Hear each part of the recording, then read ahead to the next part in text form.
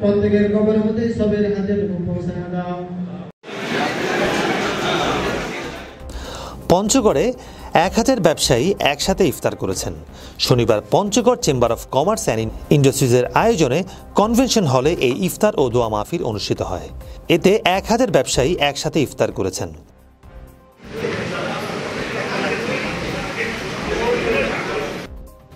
এ সময় পঞ্চগড় চেম্বারের সভাপতি শরীফ হোসেনের সভাপতিত্বে জেলা প্রশাসক সাবেদ আলী, পঞ্চগড় সদর উপজেলা নির্বাহী কর্মকর্তা জাকির হোসেন, চেম্বারের ট্রেজারার শফিউজ্জামান পাটোয়ারি রুবেল, পরিচালক কামরুজ্জামান শাহানশাহ, রাউজুল করিম, হায়াতুন আলম সহ জেলার বিভিন্ন পেশাজীবী সংগঠনের প্রতিনিধি এবং জেলায় কর্মরত সাংবাদিকরা উপস্থিত ছিলেন।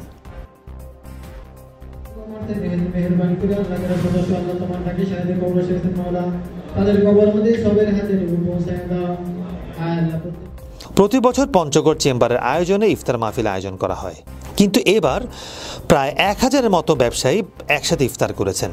ইফতারে উন্নত মানের গোলাপি শরবত, কাচ্চি বিরিয়ানি সহ নানা ধরনের সুস্বাদু আইটেমের খাবার ছিল।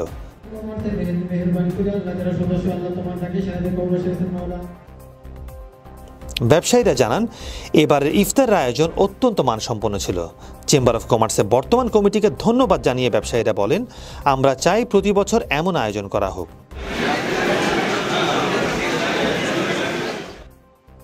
ইফতারের পূর্বে মাওলানা খায়রুল ইসলাম দোয়া মাহফিল পরিচালনা করেন।